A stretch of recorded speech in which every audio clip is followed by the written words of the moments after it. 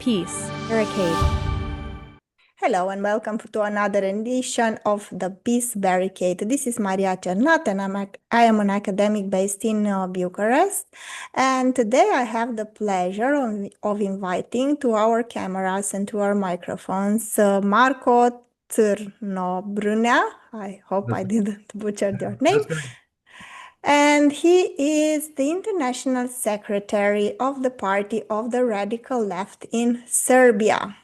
Now, since Serbia is a country that had a very different trajectory in the European Union and especially in the Balkans, since Serbia is not in the European Union, Serbia is a country to analyze more and to discuss more. And now, for the past few months, Serbia witnessed a lot of mass protests.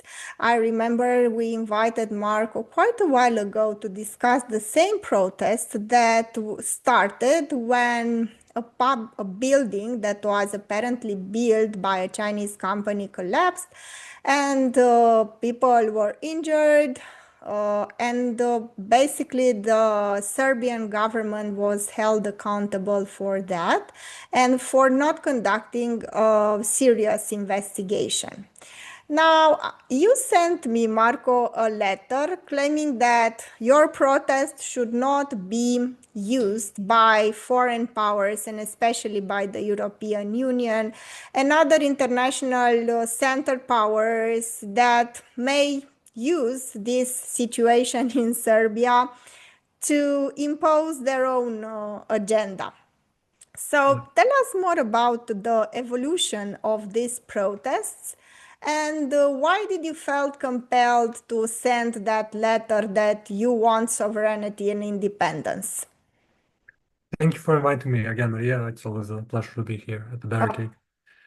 Uh, okay, to recap the situation. So it was on the 1st of November that the railway canopy collapsed in Novi Sad, killing 16 people. So these protests are the largest protests actually in the history of Serbia. And at first, we saw some kind of concessions from the government facing the protests. So we had some like arrests of public officials and different kinds of measures like free transportation in Belgrade and I don't know, pausing the export of arms to Israel and to Ukraine and so on. So this is like a very important protest, but at the same time, there is always, of course, a risk of it being used by foreign influences, and this has now become a kind of a struggle between the opposition parties and the government in trying to utilize the protests for their own sake. So, for example, the government is trying to present this as a color revolution planned by the West, organized by the West, funded, and so on, and it uses this to make people more afraid of this kind of foreign influence and to stick by its side. On the other side, the opposition parties, which are very close to the American embassy, to the European Union, and so on, are on the other hand trying to gain this leverage over the grassroots protests by invoking intervention from the EU. And and of course it's a complicated situation. So there are both elements of intervention from the very start in the way that these liberal opposition parties were pushing to the protests, and there is also always an element of spontaneous people's uprising in this. So I think it's important for the development of the political situation in Serbia in general is to like create this kind of to distance ourselves to say that this is a movement of the people, that we want it to be a movement of the people and not a movement by the EU and by EU-funded NGOs and so on. So to save, to basically protect the integrity of our political landscape in general, I think it is important to speak quite openly about this, about the influence of the EU, about the influence of the US on the opposition politicians and the government politicians. But how about the influence of Russia? Because I'm coming Mhm. from such a Russophobic country, the first thing Romania might say that, look, the European Union is actually saving you from the Russians because they are the main culprit in terms of intervention. Well, okay. Russia took a pretty clear stand on the side of the government currently. And there is no danger of them using this momentum to topple the Serbian government because they are standing firmly with the Serbian government, because they corroborated the claim that this is a color revolution, that it is funded by the West and so on. So Russia in this way kind of denies meddling in Serbian affairs through other ways, but other than government policy. So that's their way of like. But this is a very important way. It means that they are in cahoots. I mean, I'm trying now to speak from the Mhm. perspective of Romanians. It means that they are in cahoots with the government, and since the government is supported by the Russians, it means that they have to go and let the European Union impose their government. Yeah, I see why would you think that? But you have to consider that Serbia is a society which is very pro-Russian, and that any kind of stable government that would take power here would also have to maintain some kinds of relations with Russia. Maybe not as close as the current government, maybe closer and so on, but to stand opposed to Russia and, for example, push for war or sanctions against Russia, this is politically impossible in Serbia. Even after the toppling of Milosevic government, after the 5th of October in 2000. Also, the main politician that led the government after it was not the pro-Western Djindjic, but rather the pro-Russian Kostunica, who took the stand of national sovereignty, talking about neutrality, depending on Russia to defend Serbian territorial claims on Kosovo and so on. And it's also clear that if there was a change in government at this moment, that it would also have to have, at least as a part of a ruling coalition, some kind of pro-Russian force. So But to this say, is very interesting because a lot of people that don't know much about Serbia's history and especially interesting episodes in the 90s and 2000s in relation to the United States, they would say that this government by or any other government aligning itself with Russia would condemn Serbia to poverty and backwardness because the European Union is the shining progress, isn't it? I mean, I'm playing here the devil yeah, advocate because this is the mainstream tropes, and I like you to debunk some of these myths that are very common, especially in my country. yeah. Well, basically, all of our government policies since 2000s onwards was basically directed by the European Union and the US. So our main strategic partners, our advisors, so to say, are the European Commission, USAID, different embassies, German Society for Cooperation. And these are basically the Foreign Investors Council is another big one. So it's all of these NGO institutions which seek to advise us on how we should reform our law are all Western based and they're all suggested reforms in the past 20 years, 25 now, to basically advantage Western capital. And all of the systemic problems that we have in Serbia are down to that, because the reform agenda that we had for the past 25 years was the Western-led Washington Consensus, IMF proposed and approved policy, which led us to this situation. So to say that Russia condemned us to poverty, it's difficult for me to take such a position seriously. Of course, this is a common part of the liberal rhetoric in Serbia also, to blame everything on Serbia not giving up on Kosovo, on Serbia not sanctioning Russia, and so on. But from the perspective of people in Serbia, it feels like we've been walking on this path for 25 years, and the governments after Milosevic also did any kind of concessions that the Western partners demanded of them. They extradited the whole political and military leadership of the previous governments. And from the perspective of people in Serbia, it's almost like it's never enough. So any kind of concession made only has us requiring more concessions because when Milosevic was toppled, no one actually expected that Kosovo would declare independence unilaterally. People thought that this would be impossible, that this is illegal according to international law, and so on.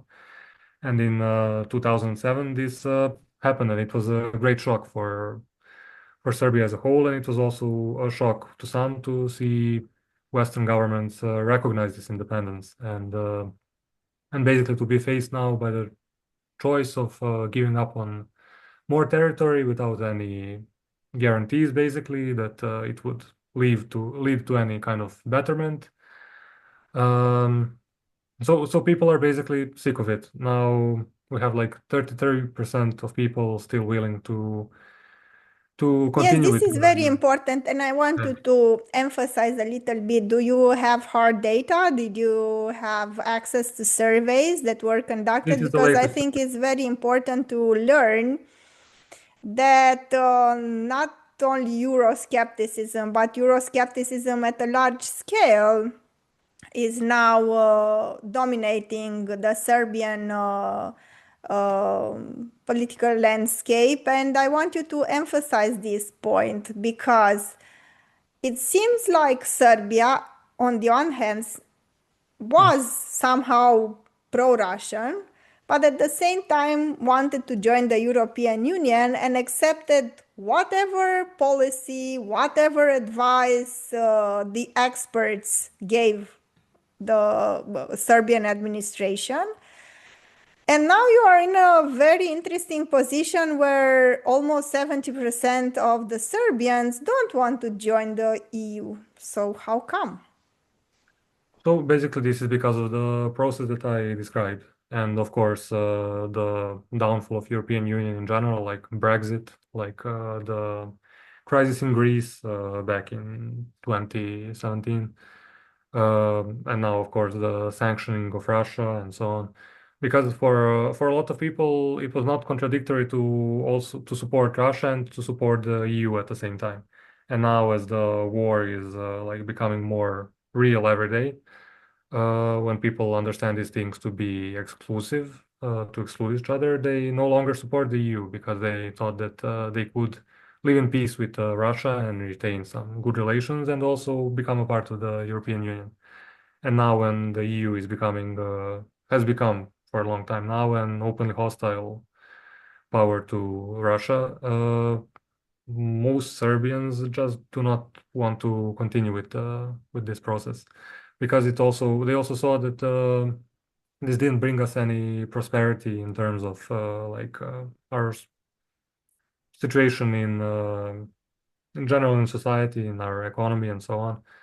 It feels like the European Union is more of an excuse for our politicians to not take any accountability. So whatever is done, they say, well, this is according to the suggestions from our advisors. This is what our Western partners want, and so on. If you Mhm. like make a strike, they will say, we cannot do that. We cannot increase your wages because this would drive off investors, and this is not being a good Western partner or whatever. So the only thing that we got from it is basically this kind of threats and conditioning. And people also, on the other hand, see that the European countries do not want us to join. Basically, it's pretty like because we have this whole process of Euro integration. I'm not sure if like people in Romania if they went through the similar process, but it's very like bureaucratized, and we're like opening clusters, and it's like a very strict procedure. And then when you like take a closer look, it's very obvious that it's all politically motivated, and it depends on the will of the elites and people in Europe whether Serbia will join or not, and that this is not some kind of a process that we need to like some kind of homework that we need to do to like prove ourselves, but rather something that Western countries choose to do or not to do depending on their own like position in Serbia. So it feels pretty like senseless to us to continue with this. And at the same time, we have a situation where the whole political spectrum is surrounded by pro-EU parties. Like when I look at all the MPs in the assembly, some like 93% and more are actually for continuing the EU integration, because both the main opposition party and the main ruling party are for this. Maybe they have some coalition partners that are Eurosceptic or whatever, but when you sum it up, it's like more than 90% of MPs are promoting continuing this path, and only 33% of people are actually interested in continuing it. So there What is an incredible divorce, the political elites and the population, isn't it? I mean, when you have only 33% of the Serbians still wanting to pursue this Euro integration course, and you have 93% of the MPs wanting to do that. Now, I want to talk to you about something. There is a situation, for instance, also in Romania. The war in Ukraine put a lot of pressure on our countries. And I think this divorce of elites and the people is starting to become more and more visible. In Romania, also, we have an elite that is also pro sending weapons to Ukraine, pro continuing the war in Ukraine. And the sad part is that the most educated people, I want to ask if this is the case also in Serbia, the most educated people, the ones in academia, the ones that are activists, the ones that are, you know, public intellectuals, influencers, they are, the vast majority are pro continuing the war in Ukraine, whereas the vast majority of the Romanian people are not so keen on going and continuing to support Ukraine, especially since there were budgetary cuts in education, in all sorts of social security and all the rest. Is this the case also in Serbia, this divorce? broadly speaking, yes.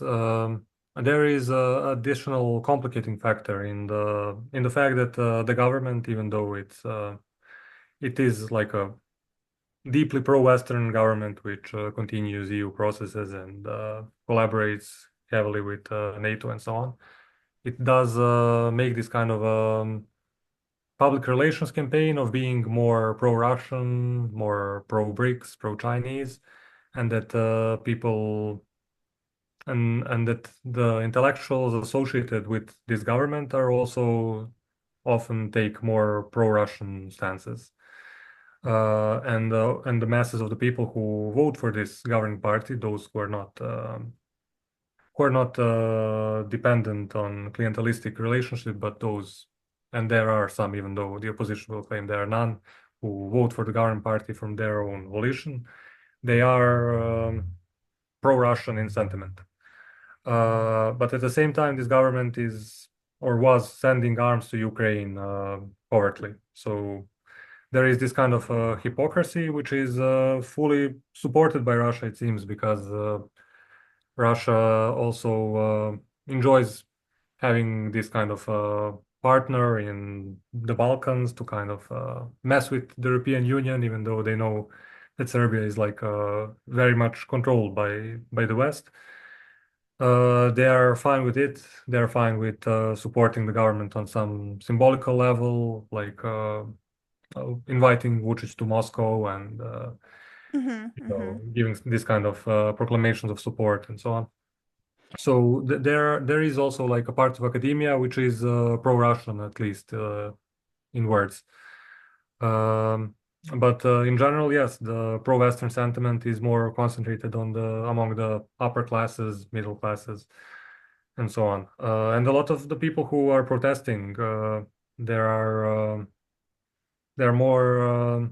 There's a good number of pro-Western people also.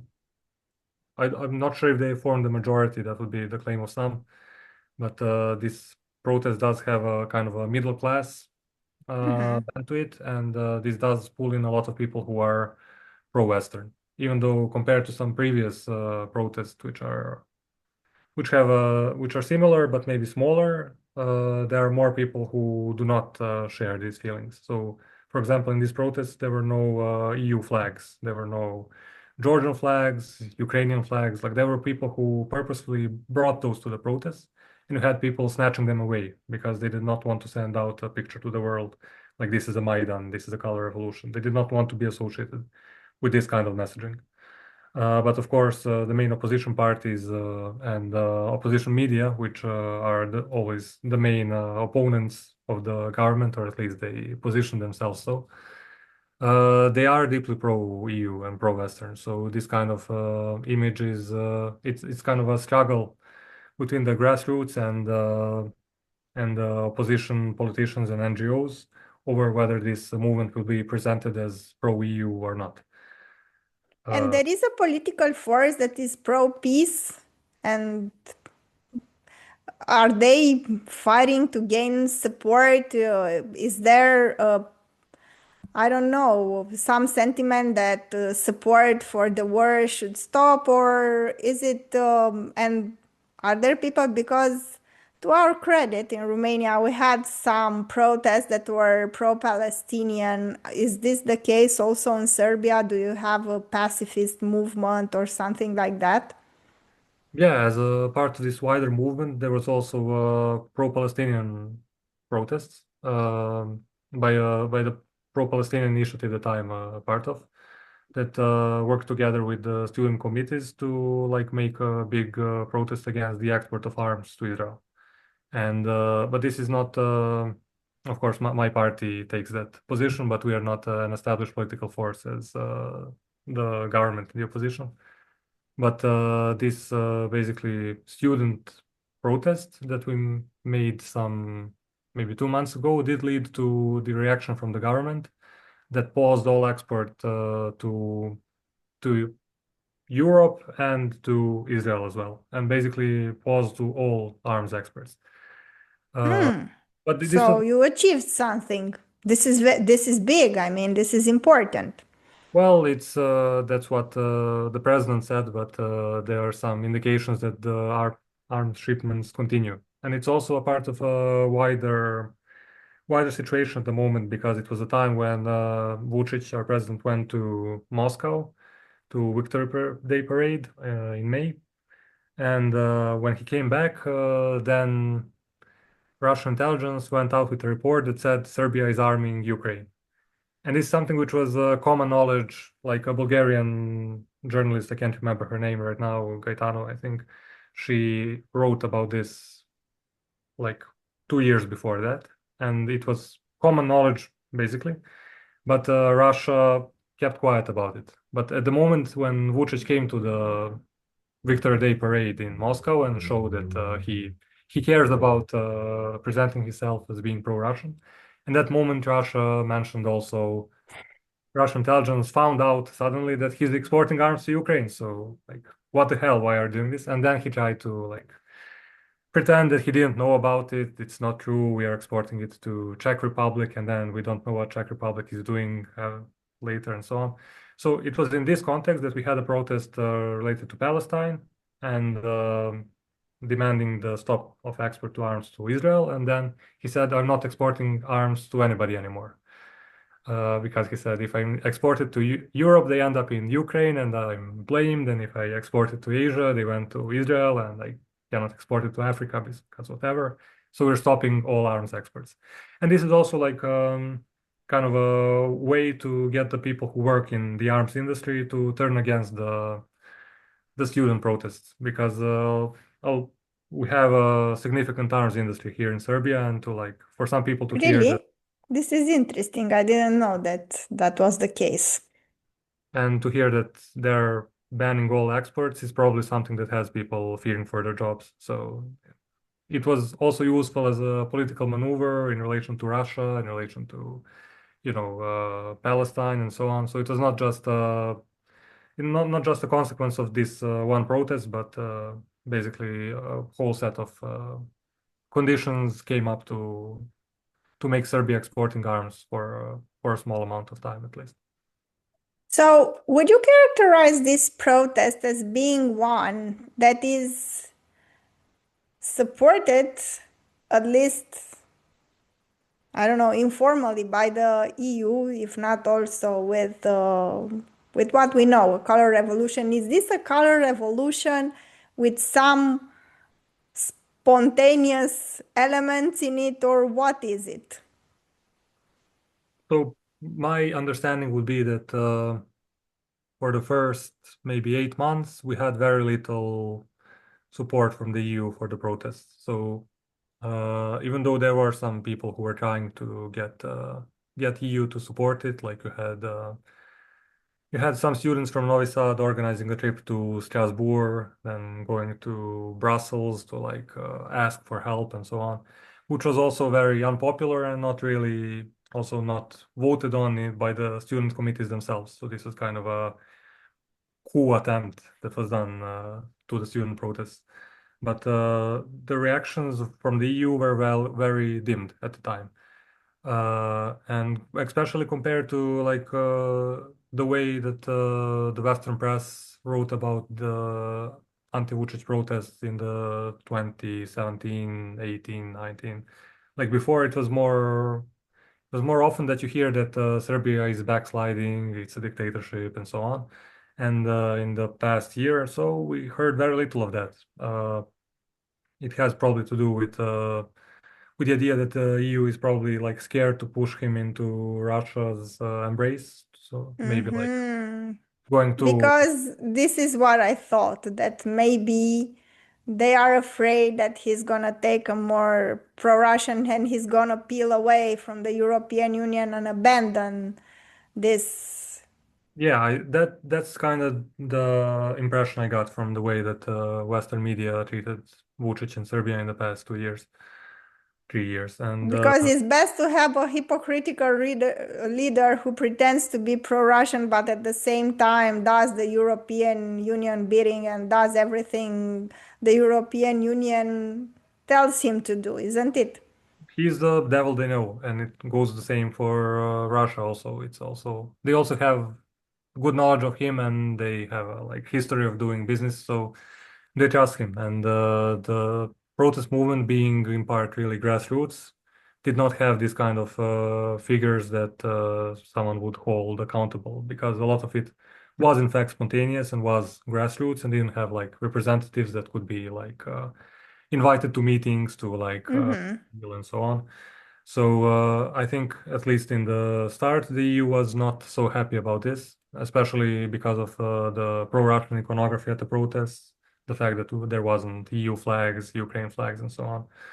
So I think this maybe made them a bit scared in the start. So, but by now, the situation seems to have changed because the protest movement is now shifting to an electoral strategy where the students will place a list of their own like candidates who will um, take a written oath um, that they will follow this political program that the students give them. And in this group, there are surely like people who are aligned with the Western interests and that are probably more pliable and controllable than the spontaneous masses in the start of all of this. So now we are seeing kind of a reversal where a lot of like Western media is writing more in the manner that we were used to like 5 years ago about authoritarianism, about pro-Russian Vucic and so on. So I think that now that they kind of got their got their grip on the movement and have their own standing, that they are more willing to risk with it. And And do previous, you think this is going somewhere? Do you think they will be successful? well, I think they will definitely be able to get some seats in the parliament. I'm not sure if they are able to like win against Vucic. Looking at it now, it seems less and less probable as time goes by, as the popularity of the protests fall. And as the violence in the streets escalates, that's also like turning a lot of people off and away. A lot of people are becoming afraid and thinking of this in terms of a color revolution, of Western intervention, and so on, and are now less willing to risk with the students because they feel that it's more Western allied than it used to be at the start. And also they feel that the demands of the protests are more far away than what was initially put. Like it's not no longer so much about the canopy, about accountability. Now it's becoming something else. Talking about some new political option, uh, like electing some people who are not the students themselves, but rather than their professors or activists or whatever. So it's becoming less popular and seems less likely that they will be able to win an election against Vucic, but we don't know what is around the corner. So it's I think that the government is like a few bad moves away from losing it anyways. But it's also like a question of whether there will be an election soon, because I think the regular election should be like in a year or two, and like the movement is pushing to like get like early elections, but Vucic does not seem to be interested in giving them these elections. So we'll see. But it's definitely like kind of a big shake in the political scene, because it's also the fact that a lot of political opposition leaders that were popular before lost a lot of popularity compared to the student movement, and they are very afraid of losing their seats in the parliament due to this. So that you have like this is basically a struggle from the old opposition trying to stay relevant. So they're trying to like call EU to intervene, like begging them for support, to like saying that we can't have elections because this is a totalitarian state and we need to topple Vucic by force or whatever. Basically, because they know that if it comes to an election, they will lose their seats, lose Uh-huh. their things.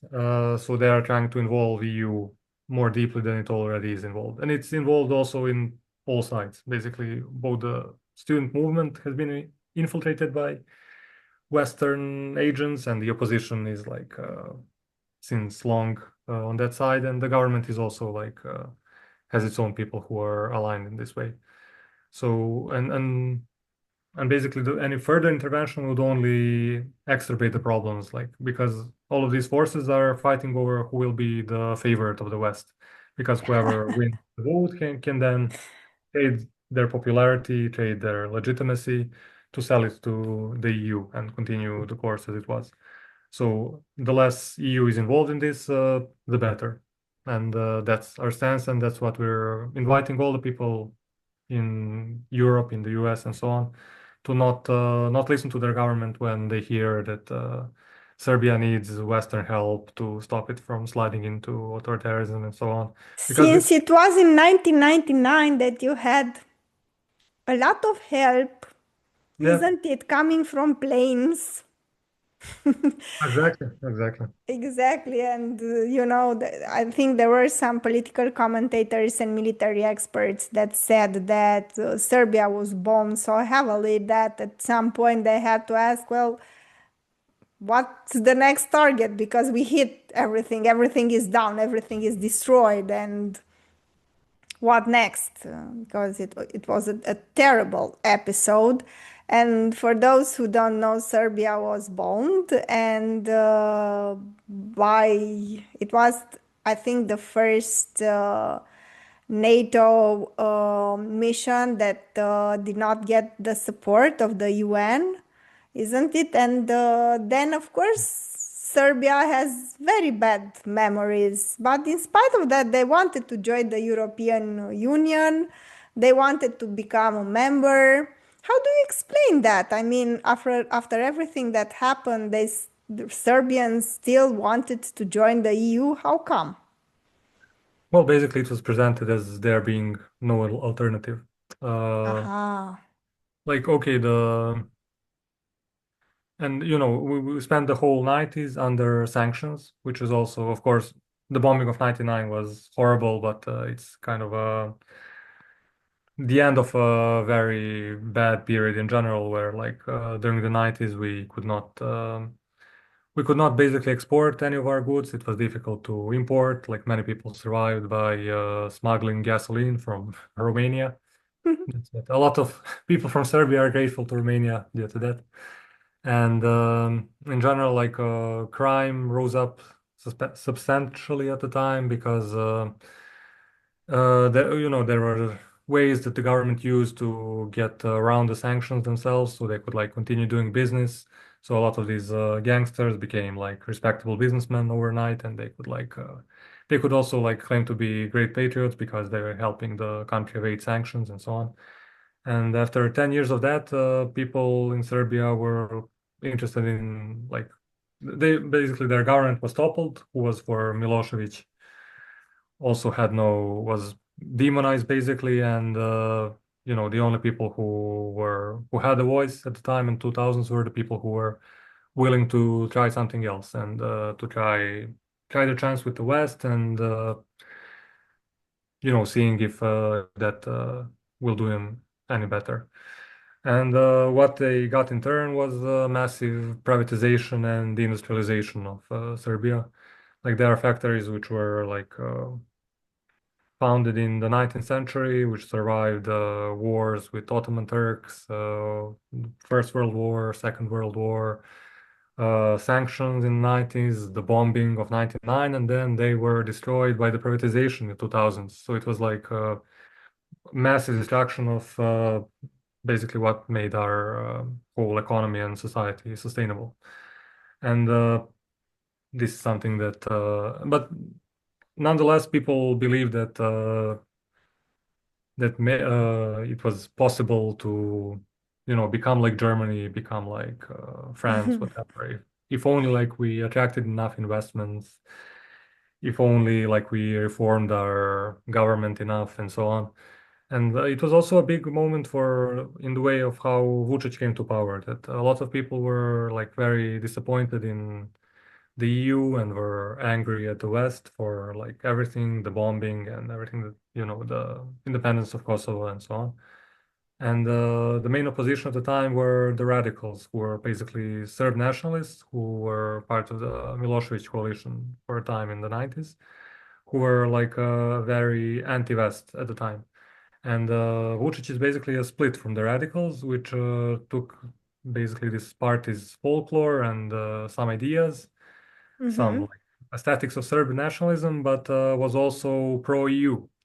So the way that he came to power is that he came as this EU's version of Serb radical. So he's like a Serb nationalist, which is good by EU standards. And the way that he came to power is that basically after 12 years of this total criminal privatization, mobsters buying factories, people like Yes, crashing it them. was an economic war, just like in Romania, waged against the people, destroying everything that our grandparents and parents built and selling it for nothing to all sorts of shady characters. Don't tell me about it because it's the same all over the place. I mean, the Yeah. restoration of capitalism meant. Yes. And in the early 2010s, what happened? Like the EU came out and said there are 24 controversial privatizations in Serbia, and we will investigate it. This is after 12 years of workers in Serbia protesting, petitioning the EU, petitioning Strasbourg, petitioning God, whatever. For the first time, someone actually like saw them and said, "Hey, there's something going on in Serbia. There is something good." And like if a lot of people were against the EU at that point, but to hear that, it gave them some glimmer of hope. They thought, okay, the EU finally understood what's happening, and then they will now come and save us. And Vucic is their, ambassador. He, Mm-hmm. uh, Mm-hmm. and what happened basically is that none of these investigations ended in anyone getting arrested. No one got punished.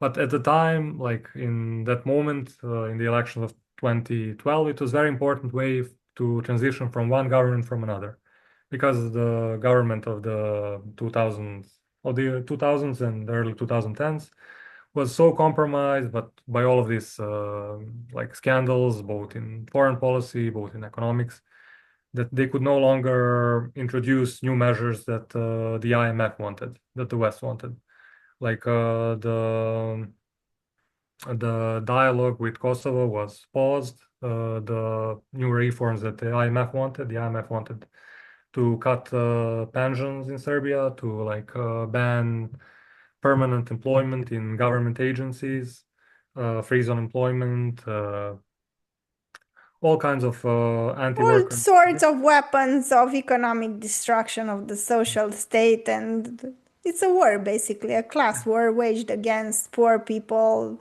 and destroying the state, destroying the social welfare, destroying everything, every public institution, destroying any kind of sense of stability, and introducing precarity, economic fear.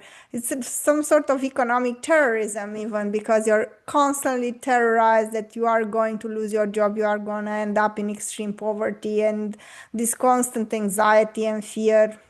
Same here in Romania. But this is the to wrap it up. I mean, Vucic, from what you're telling, even though he came like this type of wolf, the bad Russian wolf in European clothes, I mean, this type of very interesting creation also offers Serbia stability, isn't it?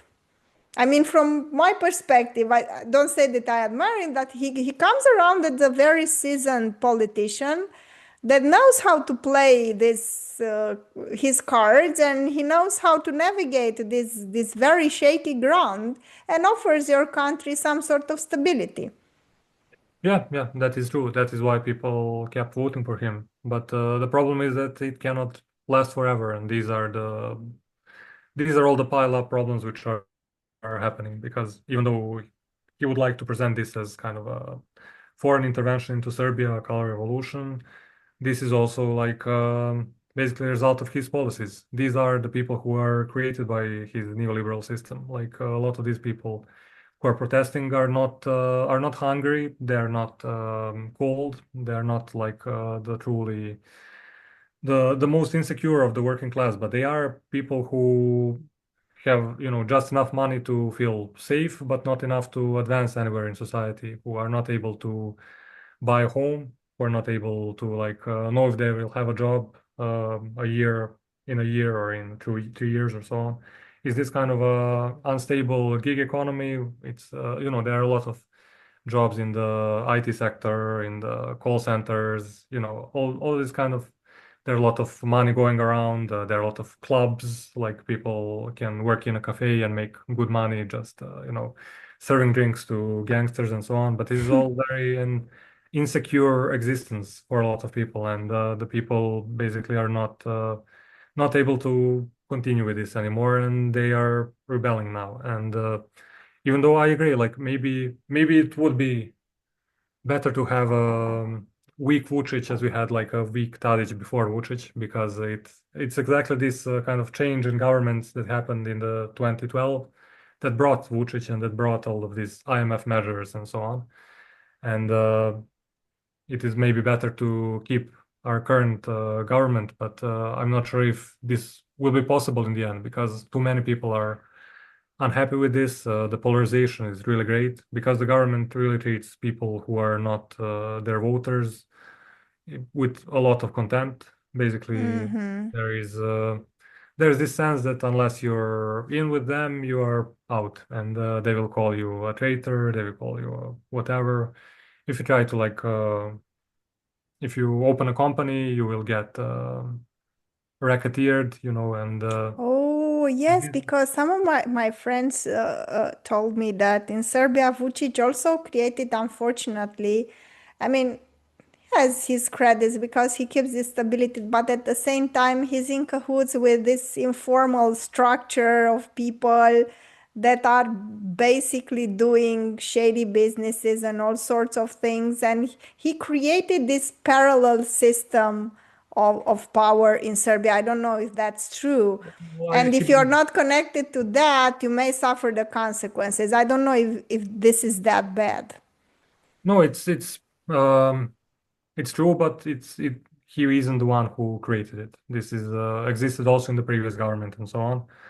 But yes, there is a strong like organized crime here. On the other hand, it's not as dangerous as you would imagine. Like people are not getting killed in the street regularly and so on. So this is basically it's a kind of a peaceful regime of organized crime where the middle class has to keep paying rackets, and you know, all of the public contracts get awarded to like people who are in organized crime and so on. And it's very corrupt and shady, and but these are things that I describe, which are basically middle class problems, and it's mostly the middle class which is rebelling currently, but it's also the middle class which is created by these kind of policies that Vucic is pursuing. So he cannot like stop them because he allows For their existence, and he's yeah, supporting them. So basically, he risks because losing his power to the very people he supported indirectly, in yeah, a yeah, sense. indirectly. So basically, I'm not sure like if he will be able to stay in power in the long run. I think like a lot of the things they are doing currently are very bad, like the way the level of police brutality, using all kinds of like criminals. We had like even some neo-Nazis being used to like attack people in the protests and so on. And making a lot of these provocative gestures that are only making people more and more furious. And I don't know how it will end. Hopefully, we won't have like civil war or anything. Uh, but yeah, there is an argument for like stability to be made here, and a lot of people are turning to Vucic because of it.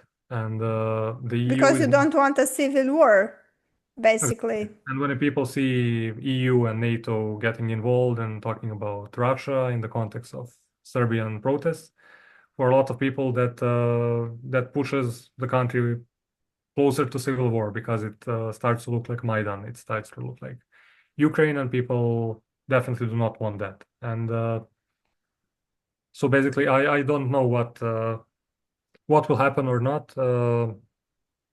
It's but still undecided. It's still still undecided. undecided.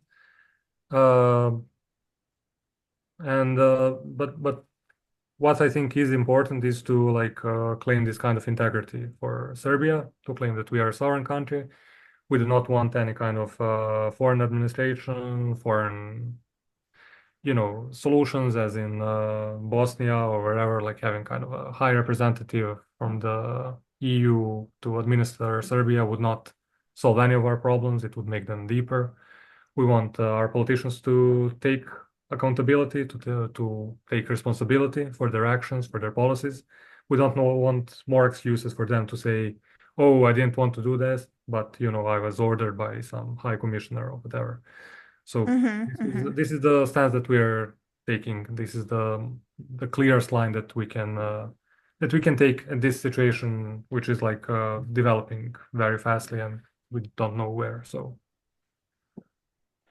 Well, very interesting discussion. For the Romanian viewers, I strongly suggest you follow Marko because he has a lot of interesting things to say about a country that is not a member of the EU.